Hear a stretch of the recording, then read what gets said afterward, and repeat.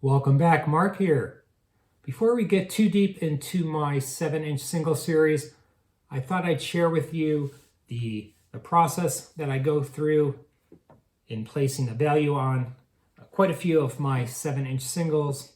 I use Discogs as a database, and I've been diligently entering more of my collection, my albums, my 45s. I have not touched the CDs yet. I don't know if that will ever take place. After, I guess, a couple things. I've spent now a little more than 7 months selling my friend's collection. I finally sold the last, I would say, 25,000 records to a shop owner a couple weeks ago.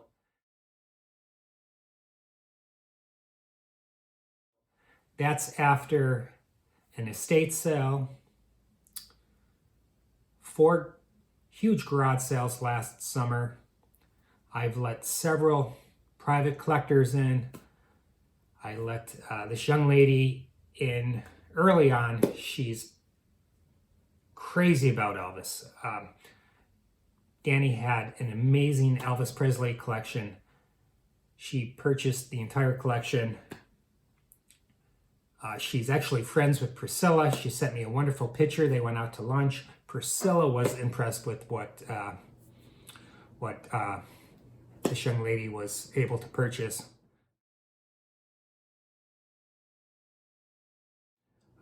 But it's just been a journey for me, and it really made me think. It's like, Mark, I don't want to leave this mess to a family member.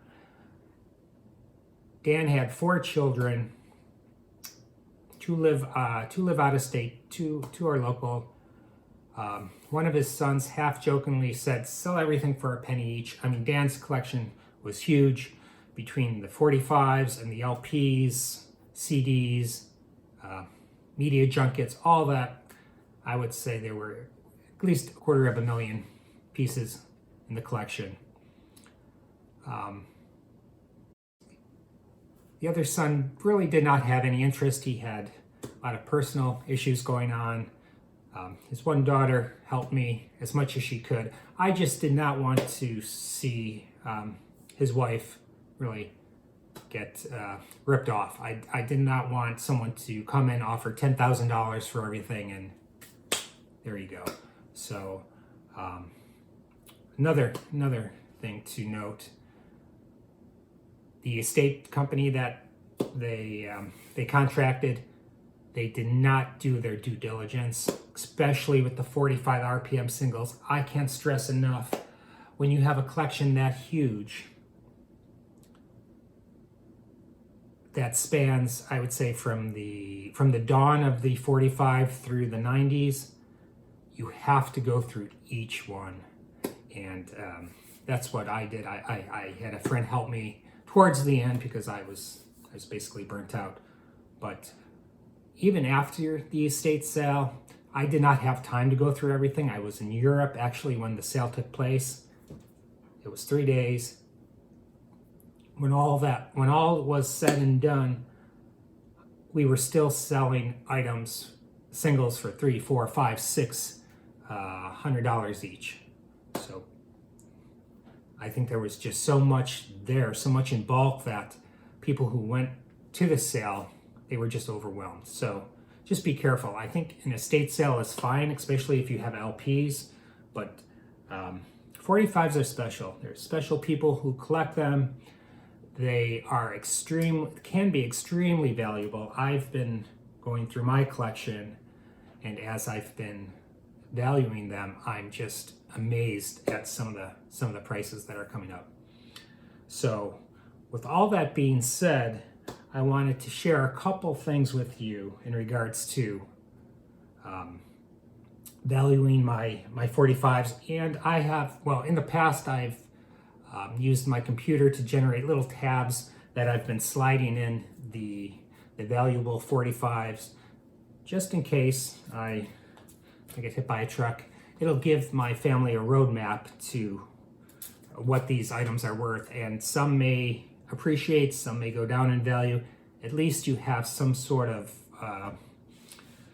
point of reference. You can say, well, no, this is worth some sort of money. So anyway, I'm going to start out with Discogs. I have my laptop here. And I'm going to start out with this Rolling Stones single. This is Heart of Stone. This is from 1964. This is quite a desirable 45. With a lot of 45s, I would say can be up to 95% of the value is not within the vinyl, but within the sleeve. The value, most of the time, all the value is with the sleeve. So I'm going to bring this guy up. Okay, here it is. So as we speak, there are 15 copies available from $3. It's giving me a low value of 99 cents and a high value of $200 with a median value of $4.38. So if I'm looking at this, I'm saying, well, if the median is $4, I don't know where that $200 high value came from. Maybe it was an autographed copy. I'm just not feeling comfortable with that. So I'm going to kind of now look at what's available. So there are 15 copies available, and I'm going down in sleeve condition, generic. So this is where we fall off the tracks. There's no delineation between a generic sleeve or the picture sleeve when people post these listings. So the record alone with the generic sleeve in very good condition, it's a $3 record. If we're going up in price a little bit, you can get a record in VG Plus condition for $10. And then you can get a near mint copy in a generic sleeve for $45. And then there's one for sale as we speak with the original sleeve within the same listing. Let's see, includes original picture sleeve, very good vinyl that matches this release, ultra rare original picture sleeve in VG shape with some light edge wear and some light creasing. $399. So that's where we stand with this. So long story short, this listing does not represent the high and low or the median of this record with this sleeve. It's just skewed. So I keyed this into Discogs. Within my total of my collection, this is severely undervalued.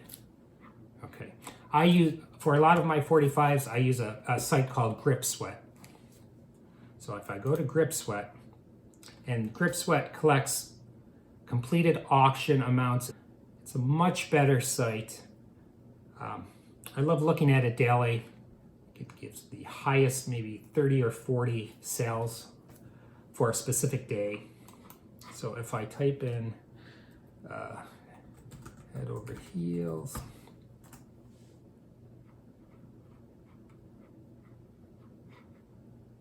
I said head over heels, but that's the name of the other 45 I have.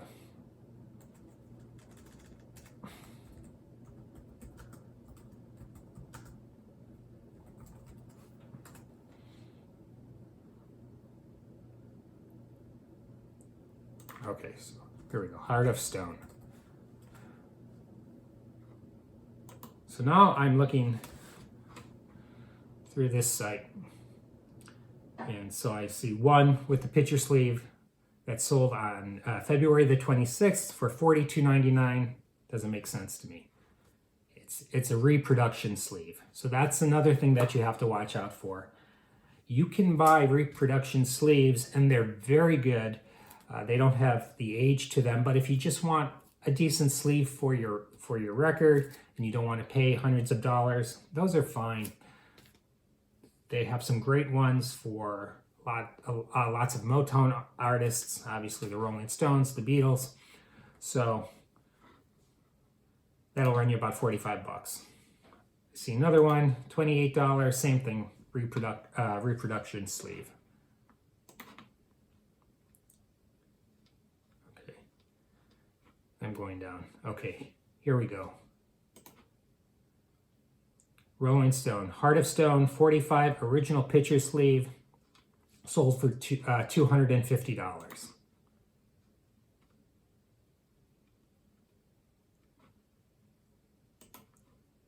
See, another one in very nice condition. This sold on February 12th, $825. That price is high. Someone must have wanted this sleeve really bad. Mine is not in the best of condition, but it does not have any seam splits, which is it's a big thing to collectors. It does have lots of wear on top. So this is a little high. I see another one which is in similar condition to mine, a little bit better, $450. Then if I go down to one more, picture sleeve only, no record. This one went for $307.52. So if I average, and another thing to look for is dates. So if I see maybe 5 sales within the last 2 years, and then I don't see anything, and then maybe 5 or 6 years ago, the prices are either lower or higher, you have to take that into consideration because people's tastes change, and value of records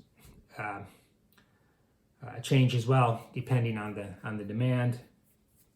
Anyway, so what I do is I'll average maybe the top 3 within a specific time period, and that's how I will value the 45. So, for this sleeve, I put a little tag on the back that indicates that this sleeve, and I'm being conservative, is probably worth about $200. There's no way that anyone looking at Discogs would say, that would be probably the median price, because you're looking at a $4.38 price. So there you go with that. I have another sleeve here. This is Chuck Berry, Head Over Heels. So I'm back in Discogs. Type that in here.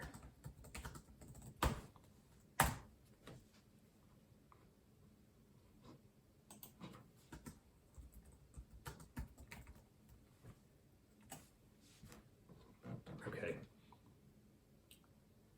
Nothing's coming up. Nothing by Chuck Berry. Nothing similar. So, okay. What am I doing wrong here? So let's type in the number here of the EP. Just the serial number. EP 5118. Now it's bringing up, okay, Chuck Berry After School Session. You know that cover. It has a bell on it. Chuck's in the middle. Bring this guy up. So this has the same songs on it. Same year of release, 1957. Again, you have a low of 4, a median of 19, and a high of 125, but no Head Over Heels. Well, I can tell you, this cover was withdrawn very shortly after it was released. In 1957, this young lady with those legs spread like that, over her head, no way. This was pulled off the shelf very quickly. Let's say sales might have gone into the toilet. No pun intended there, Chuck. All right, so let's go to Gripsweat and type this in.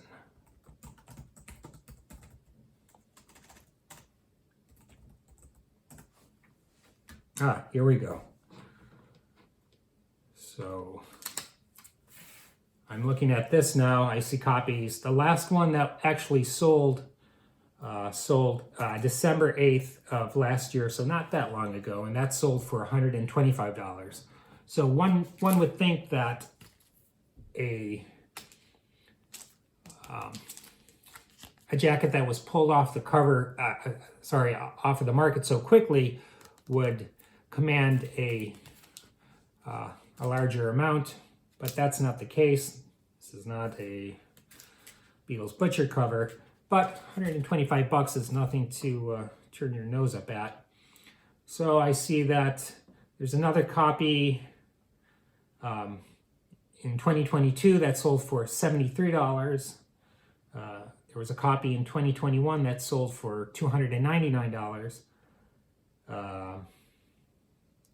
There was a two EP lot in 2023 that sold for $283.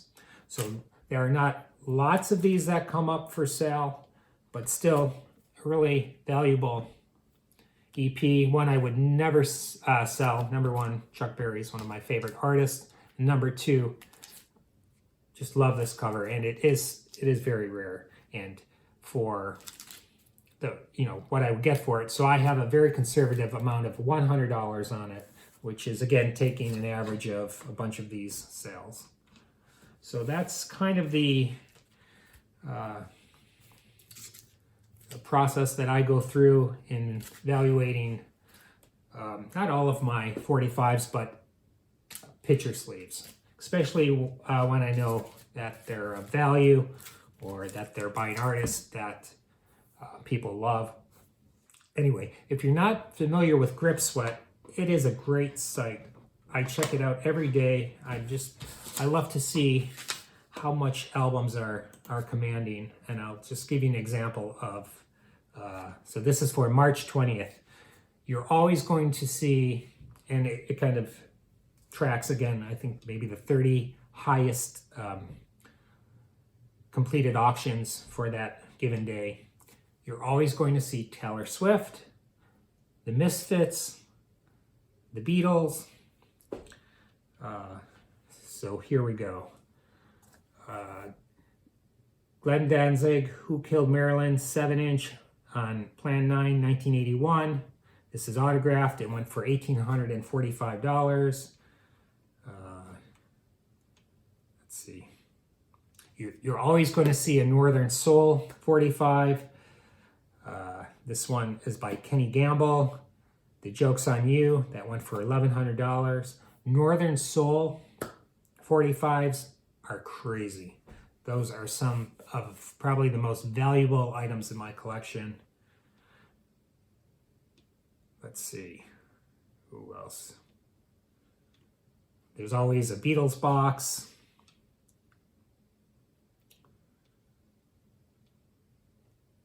Let's see, you're going to make a liar out of me. The one day that I don't see Taylor Swift is the day that I broadcast this. Sex Pistols, quite common. Anyway, this is a great resource. You have this, the Kinks mono box. I missed out on that one. I regret that. It's going for 500. I think that's pounds. More times than not, there's a Blue Note title. Anyway, we'll stop here. Next time, we're going to go down to the basement.